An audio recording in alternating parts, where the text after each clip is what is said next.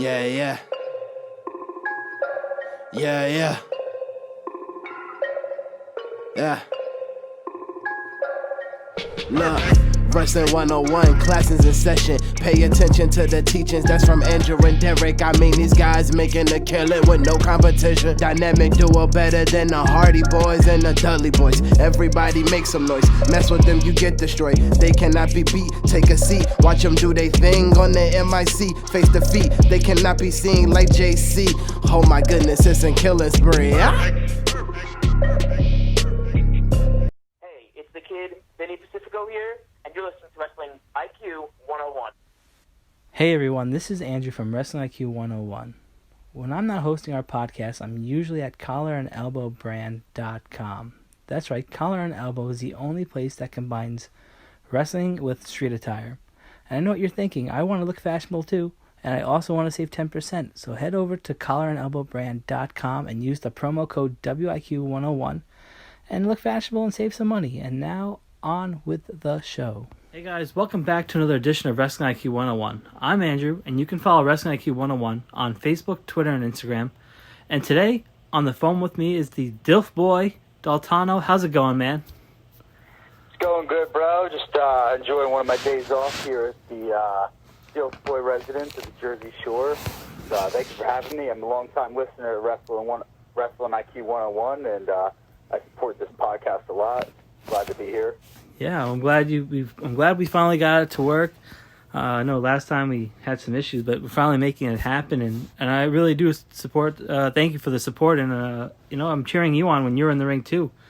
Thank you, bro. Yeah, and as of late, Dalton, I mean, talk about making an impact. I mean, at Standalone Wrestling, I mean, you were all over the place. Yeah, I have like 3 or 4 segments that was involved in it, the last one? Yeah, absolutely. Crazy. I was the lifeguard, Dalton Stiffwood for the Rumble. I was DILFBOI. I came out as a surprise for the Pro Wrestling After Dark Championship that John Wayne Murdoch won. Mm-hmm.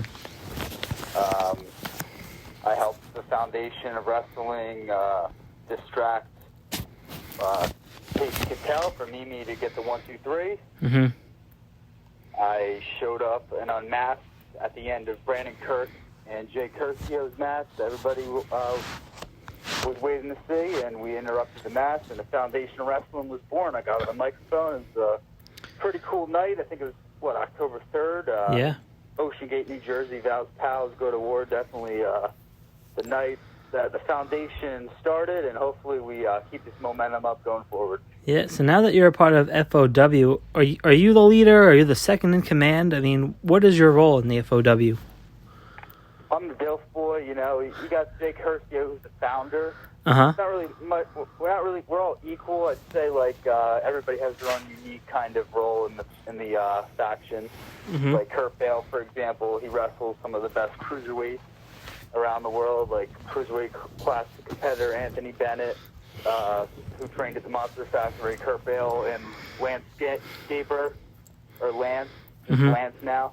They both trained at the CZW dojo. They've gotten some really advanced training lately, especially. They've both been stepping it up, tearing it up on the independent scene. So it made sense for all of us to come together because we felt like we were just being, underused at certain places. And I think if we work together, we're going to fix that real quick. And so far, it's catching on.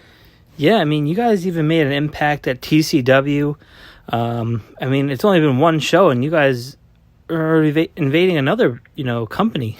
I mean, it's kind of crazy. Where do you feel?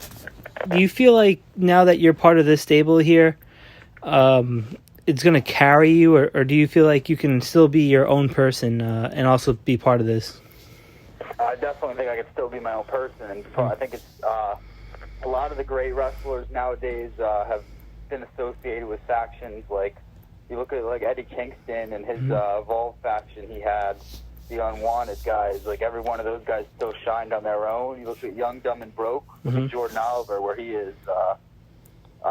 Ellis Taylor and Griffin McCoy and Charlie Tiger, they're tearing it up in their own right.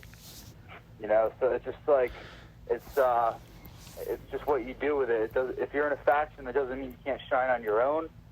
Especially because, like, you look at, like, Ricky Shane Page and his faction, 44OH, all those guys, they get good, like, Atticus Koger, all them, they get, like, good-ass singles matches all over the place, and it's popping, you know, so, like, definitely a lot of potential to build off of it in singles competitor divisions instead of downgrading as a singles competitor. I think sometimes that can happen if you don't handle it correctly, or if you team with the wrong people. But I think the foundation is 4 guys that are hungry and ready to tear it up on their own and tear it up together everywhere we go. Sure. You know, Dalton, going back, you know, what was the moment where you like, this is for me, wrestling's for me? What was that moment for you? I was always a fan. Second grade, I saw it on TV. I was flipping through the channels. I saw Undertaker and Booker T. I think Booker T was chopping him outside the ring on, like, SmackDown. Okay. And I was just like, oh, what is this? This is awesome. Like, this is what I want to watch on TV. And then, like, by 3rd grade, I knew, like, I was telling my teachers what I wanted to be when I grew up. It was a wrestler, and it was pretty much the first thing I did. Like, I was 17 when I started, so, like, I did backyard wrestling, you know, even though it's frowned upon. And I found an opportunity to get involved in the independent scene, helping out, building rings, paying my dues, training, and I jumped right on it. So I was lucky to have those opportunities. Though they don't come to everybody that early. But I always knew I wanted to be a wrestler. I never wanted to really be a doctor or anything else like that. How was training for you? Was it difficult at first? Because, you know, I mean, you made such a transition from when I first met you till now. I mean, a whole different person, right? Yeah, definitely. At first, I was very heavy, overweight, and I dropped like 100 pounds. Like, probably after like a year and a half of being involved, and so definitely, like, I was able to move better in the ring. The second half of my it's been about 4 years now, so. You know, at first, like, when you're 300 pounds and you're running the ropes, it's a lot harder than being 170 pounds running the ropes and everything you do in the ring. But I think it just comes from hard work paying off and repetition breeding habit, and you just got to keep at it. And if I would have stopped, I would have stayed where I was. So you always got to get up no matter what. Sure. You know, it's crazy because every time I see you, you're doing, you know, you're flyering, you're putting the flyers up for all the promotions. You're doing, you know, interviews for the promotion that you work for. Why is that kind of stuff important to you, and why should it be important to, like, other wrestlers? I think a lot of other wrestlers, like, especially guys that haven't really made a name for themselves, if, like, they haven't made a name for themselves, maybe they should, like, think about, like, what can I do to make myself more valuable to a booker or a promoter? Even if that involves getting out there and doing the, you know, doing the grunt work, like hanging up flyers or building the ring, you know, being the first one there for setup, being there for tear down. I think it's very important and just shows respect. Okay. Because, anybody can get the glory of being a pro wrestler And have these guys cheer and whatever, and that's great. But, like, I think, like, if you really love this and really respect this, you should probably, like, every aspect try to learn and try to experience everything you can and take everything serious, because there's going to be a time when you get older where you're going to wish you did take everything serious and you did work. You're going to say, maybe if I worked harder, I would have made it a little further. You know, that's how I look at it. I think every step of the way counts, and you just got to earn it every step of the way. Sure, absolutely.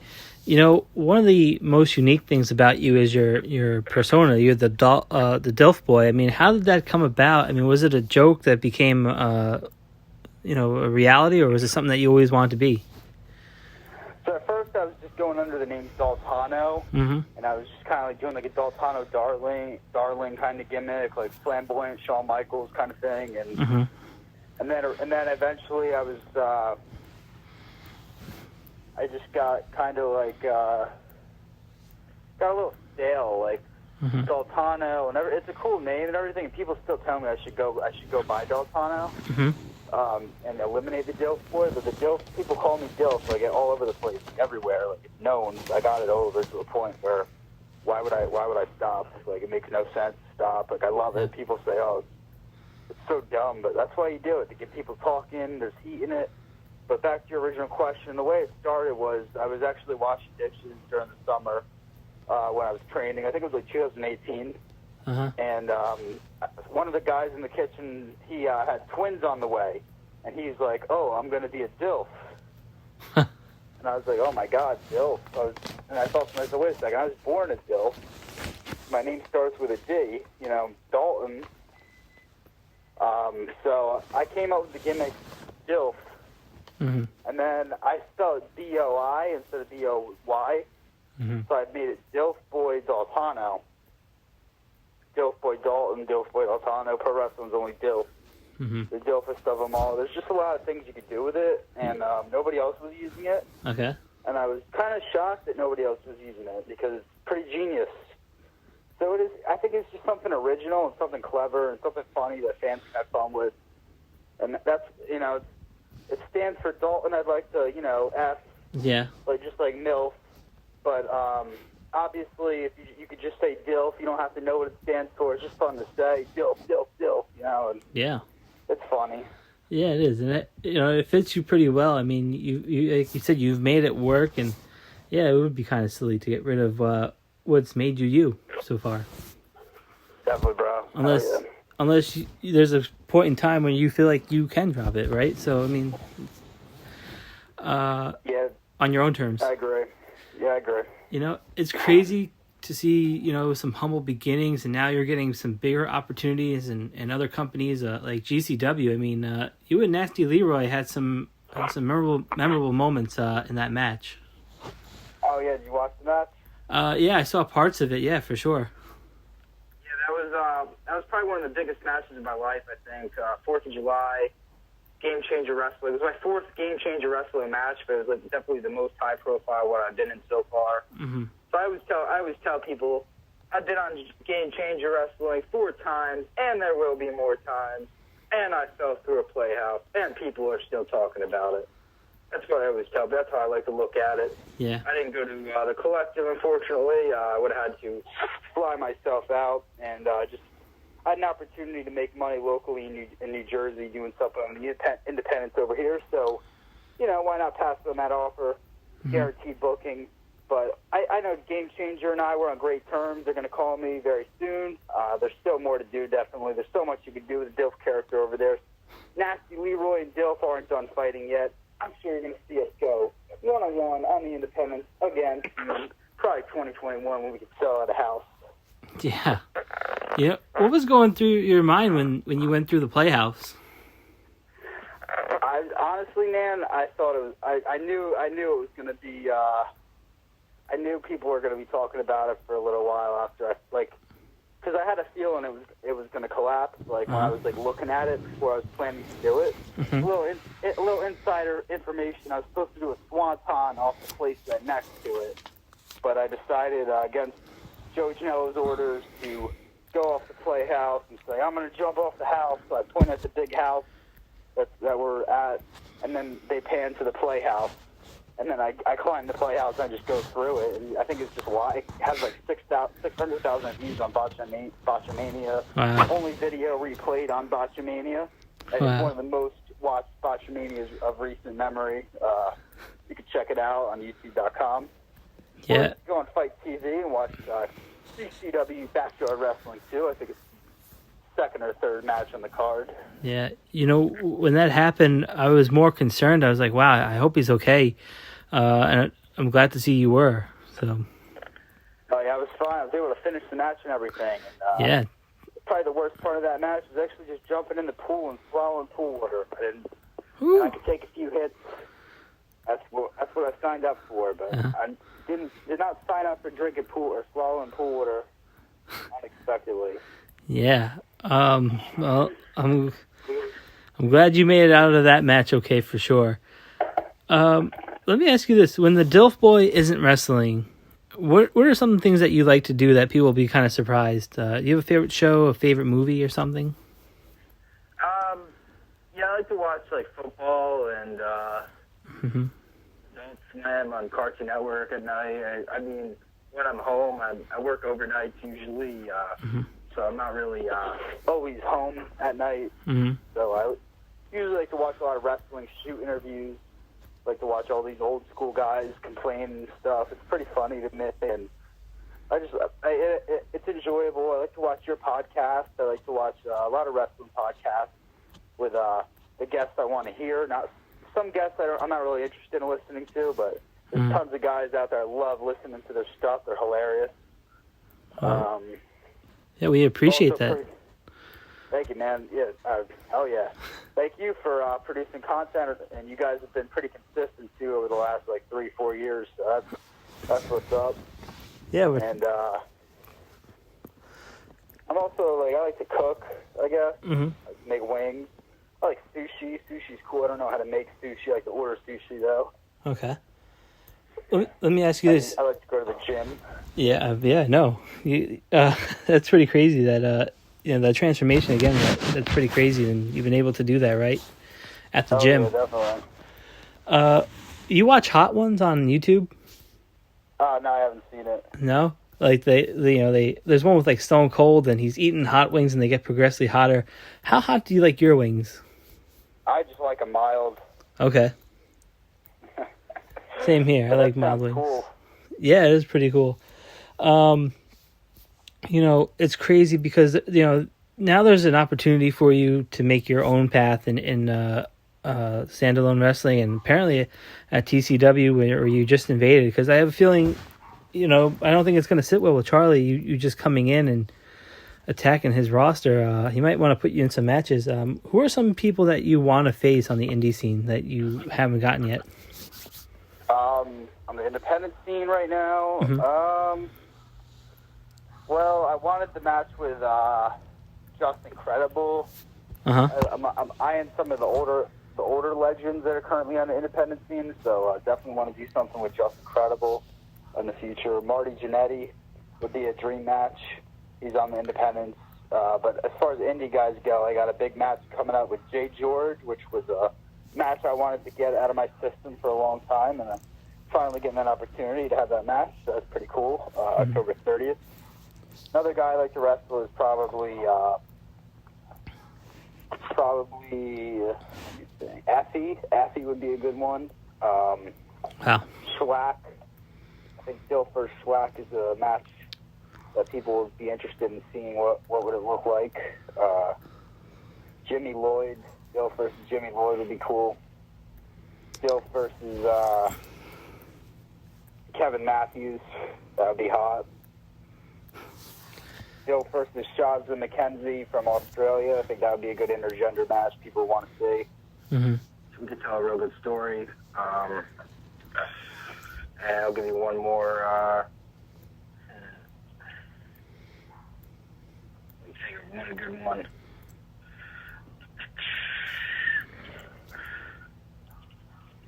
Jordan Oliver, Dilf versus Jordan Oliver. I've worked with Jordan Oliver, but I haven't had a chance to work one-on-one with Jordan Oliver. So if I had that chance to work one-on-one with Jordan Oliver, I think we would knock it out the park. And it would probably be one of the better matches of my career so far. I got to wrestle Red Titus, Danny DeMano. Yeah. Those were among my favorite opponents. Papa Don, Nikos Ricos. Those are some of the most talented guys that share a ring with, definitely. And I'd like to definitely get in the ring with more talented guys and keep elevating. Sure. I look back at all the things you've done, but for me, my favorite promo of yours is you're with JMZ, and it's the 2 adult male parts. Was it Pro Wrestling After Dark? Yeah. I wanted to know who came up with that idea. Oh, I did. We were literally flyering. And we drove past that, and we saw it has a dick on the wall or something. Yeah. So it wasn't spelled correctly either. So, so I was like, John, we got to do something for us After Dark right now. And so we just cut that promo, and it got a good reaction. I didn't think it was going to get 20,000 views, but it did. And it also got us booked on the show for a segment with Too Hot Steve Scott, who's he's a guy I looked up to growing up, watching independent wrestling, going to shows, because he had a really cool gimmick, and he did cool, innovative moves, and he had a unique style. So I hope he makes a comeback. He's looking really good right now. It looks like he's been back on the gym, getting his body and mind right, so that's good for him. Props to him. He's the man. But Agree 100%. we got to do a segment with him, and that's what that promo did to us. We were able to break in Pro Wrestling After Dark and get on the microphone and make a statement. Yeah, that's a crazy promo. It's one of the funniest things I've ever seen, and one of the coolest things I've seen too, because it was so original. Yeah, it was all on the fly too. Like, wasn't much like thought to it. We just, all right, here's a wall. Let's talk shit. Yeah, and that's usually the stuff that works, right? When you're not trying to plan it and it comes out organic, and Definitely. you know, and that's pretty cool, man. I'm kind of glad that you put that out there, and it worked out for you guys. Oh yeah. Let me ask you this, man. There's a lot of legends that come through with these wrestling companies, like Monster Mac and Magic. Do you ever sit down with those guys and just ask them, you know, pick their brain or something like that? Yeah, all the time. Magic. I've got to wrestle Steve Mack and Magic one time. It was a pretty cool match. I liked it in Totowa. But yeah, I've picked Magic's brain. I've hung out with Magic. Magic's the man. He's one of my favorite veterans, if not my favorite veteran to be around. And every time I'm on a show with Magic, I always make sure I'm near the ring watching, because it's Magic, man. You got to see it. Like, he's Magic. He's timeless. So the same thing with Tommy the Moose. You know, Tommy the Moose is one of my favorite veterans. He's been there since I started at the other company. Day one, Tommy the Moose has always been a good character and a great wrestler I've looked up to. And he got in great shape ever since then, too. And he's killing it. He's doing better than he's ever been doing, putting out better matches. Everything he's doing, I think he's just in the prime of his career right now, and I'm happy for him. And I get to work around with him a little bit before shows sometimes. And he runs, I think he's training guys over at like 2 different schools right now and passing on his knowledge to them and setting a good example. So that's what's up. So love all the veterans. A lot of great veterans surrounding me in locker rooms everywhere I go, and it's definitely a blessing. Yeah, when it's all said and done, do you want to pass on what you've learned, or do you just want to walk away and just enjoy your free time? I would like to be involved in wrestling my whole life. I don't think I don't have a desire to walk away anytime soon, or I don't really have an exit plan. But we'll see what happens. Like, if I'm good enough to where people want me to train the next generation of guys at school, and I got time to do it, why not? Like, it's just all a matter of seeing where it takes me as a wrestler. I want to wrestle maybe up to my 50s. And if I could train guys, along the way or after, that'd be awesome. And I'm not against it. I'd love to make a living in wrestling or from wrestling for the rest of my life, if possible. So, sure, that would definitely be cool. Yeah. Are you eyeing up like WWE or AEW, or Impact Wrestling or ROH? I mean, do you have a preference where you want to go, or do you just want to just get on one of these rosters and make a living? I like Major League Wrestling. I like what they're doing. I like what Ring of Honor is doing. Ring of Honor's been around for a long time, and they put out great stuff consistently. All Elite Wrestling is super hot, super fresh. I'd love to be a part of their roster. NXT is also a very good program. But I think I would thrive the best in All Elite Wrestling, or in a company like maybe Game Changer Wrestling, doing just more like hardcore style or deathmatch based kind of wrestling. Eventually, in a few years, I think that would be cool. But I think All Elite Wrestling is the place to be. It's definitely the number one spot. I'd like to sign with them. But you know what? The WWE is also the best place. Also, it's a huge machine. You can't deny that the WWE machine is number one overall. And there's also places like New Japan that are great. So they're all great. Like, I would sign with any of them if they offered me right now, because I'm only 21. I haven't really had much action with any of those big time players yet. But if I had to pick one, it would be All Elite.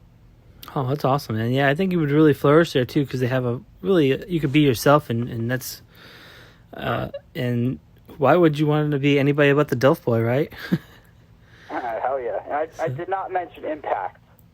Yeah. Because I think Impact, it's cool, but I didn't be a wrestler because I wanted to be on Impact one day. You know, nothing against Impact, but I'd rather be a part of like All Elite or something more on the rise, like a major league. Even Ring of Honor, I think, is more desirable just because like the style and the respect for Ring of Honor, their honor code. I just think it's a great program, and they're going to be around for a long time. Yeah, they're really rebranding themselves right now too. It's pretty incredible. And you know, one of the craziest things, you know, being locked up in the house, being quarantined during this pandemic. When you got back in the ring, how did it feel? It felt great, man. Like I was able to get in there a few times sporadically, but I really haven't been in there consistently like I was before. Mm-hmm. So I was glad that I hadn't really lost too many steps. Like I could still have a decent match. I wasn't getting tired, so I was happy about like my performance. I thought it could be a lot worse. I ended up doing it right. Yeah, you know, it's kind of funny. You know, I always see you and Chad together. I mean, how did that friendship blossom? Just from like doing a lot of shows together and stuff. Once he left a certain company and I left a certain company, we kind of traveled together everywhere because he had a ring, so we just did a lot of ring rentals, and he helped me get booked at newer places, and he showed me that, hey, there's more places out there for you to work, and most of these places are better anyway for you. So he's a smart dude. He knows how to book. I think he's going to have a lot of success in the future booking shows and promoting shows, and it's going to be more of an evolved product going forward with standalone and Pro Wrestling After Dark, definitely. And I'm just glad to be a part of it. Yeah, you know, it's weird because, you know, he definitely does have like the Midas touch. Everything he touches just turns to gold, and it's, you know, either bringing in people in like Killer Cross or you know, putting together a thing like Boardwalk Beatdown. I mean, these things are pretty innovative that he's been doing, and it's glad to see that you're getting a big part of his promotion. Yeah, very innovative, and he's a cool guy. He's a good friend of mine, and you know, we've had our ups and downs, but way more up. Everybody argues when you're on the road, especially in the wrestling business. You know, sometimes people argue and stuff, but it's all out of love and passion for the wrestling business and what we do, and it's all brotherhood. And I'm very happy I got a guy like Chad in my corner, and he's a great promoter. I refer to him more as my agent or my friend. You know, he's not really it's not really a business relationship. It is a personal relationship. We're good friends. It started off as a business relationship, and definitely earned it. Standalone wrestling, putting in a lot of work over there, and I believe it. I'm wearing a standalone T-shirt right now at my house. I believe in standalone wrestling, and it's been my home for like 2 years now, and I'm very proud and happy to call it my home promotion because I think a lot of guys don't really they haven't really had that opportunity to be a big part of standalone wrestling yet, and we got a lot more shows coming up, so hopefully more standalone guys will be made. Yeah, so let me ask you this. What's the goal right now in standalone? Are you looking to win championships everywhere you are? Are you looking just to make an impact with, you know, just by beating up people? I mean, where do you see yourself in standalone or other places? I mean, I almost won the Pro Wrestling After Dark title recently. So yeah. Definitely still trying to get a rematch one-on-one with John Wayne Murdoch, one of the best deathmatch wrestlers in the world. I think him and Alex Colon are the top two deathmatch wrestlers in North America right now, 2020. Going into 2021, these guys are the guys to beat in the deathmatch genre of professional wrestling.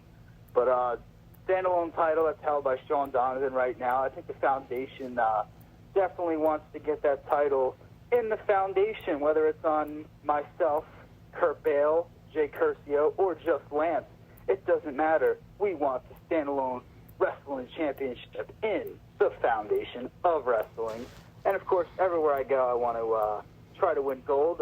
There's a few companies I'm going to be debuting for. Of course, Titan Championship Wrestling when I make my handsome return over there. Can't wait to wrestle some of their top guys over there, and maybe I'll win a belt or two while I'm doing it.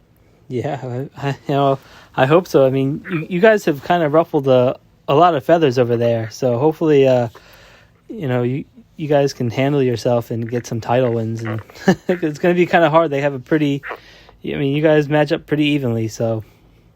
Hell yeah. Let me ask you this, Dalton. The other weekend it was Val Pals Go to War. What did that show mean to you? Oh, dude, that show was like probably the Super Bowl of the year for me. And for that kid Val, I know it meant the world to him, meant the world to his family, and we were happy to put on that show for him because he's a hardcore fan. He supports independent professional wrestling, and we were happy to. That was all for Val. We were happy to give him the trophy.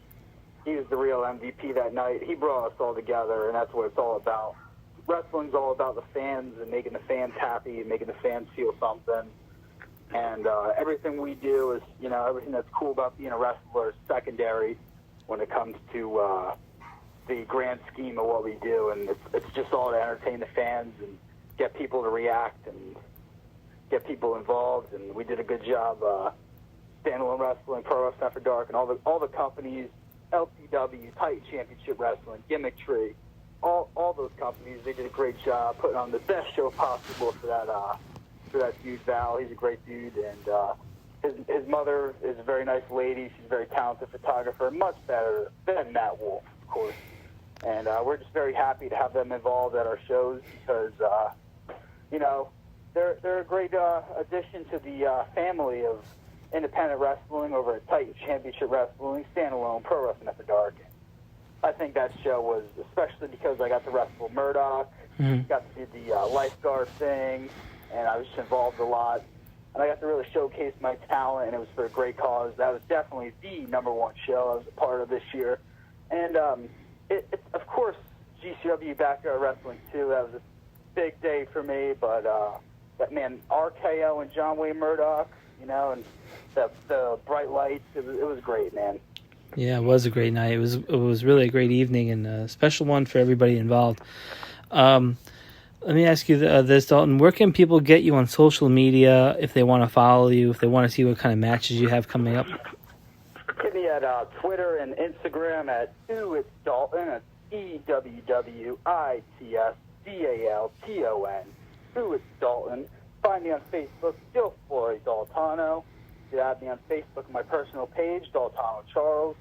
I usually have fans if I see you guys at a show or supporting on Twitter or something. I'll add you guys. You guys, I'm not against wrestling fans interacting with you guys on social media because I know a lot of wrestling fans. They live all over the place, so they want to interact with the Dilf. That's how you get fans. A lot of these guys don't realize there's wrestling fans outside of your county that are going to stream your matches and watch you, and they're going to get behind you.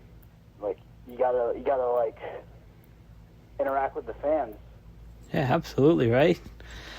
And Dalton, I'm glad to hear, you got your head on straight. You got, you're pretty smart about how you're doing things right now, and I'm glad to see you see the progression from where you started till now, and and it's awesome to see what you're doing. And thank you, bro. I appreciate it. Yeah, and I can't wait to see what you do in the future because I know it's going to be pretty bright for you, and and we want to thank you for taking out the time and talking to us here at Wrestling IQ 101, and thank you again, man. We really appreciate it for sure. Thank you, bro. Thank you for having me. Wrestling IQ 101. Follow these guys on everything, bro. These guys are the hottest podcast going because they brought in the Dilf Boy. Oh, hell yeah. Yeah, we do appreciate that. And then for us, we've been Wrestling IQ 101. You can follow us on Facebook, Twitter, and Instagram at Wrestling IQ 101, and we'll see you very soon, guys.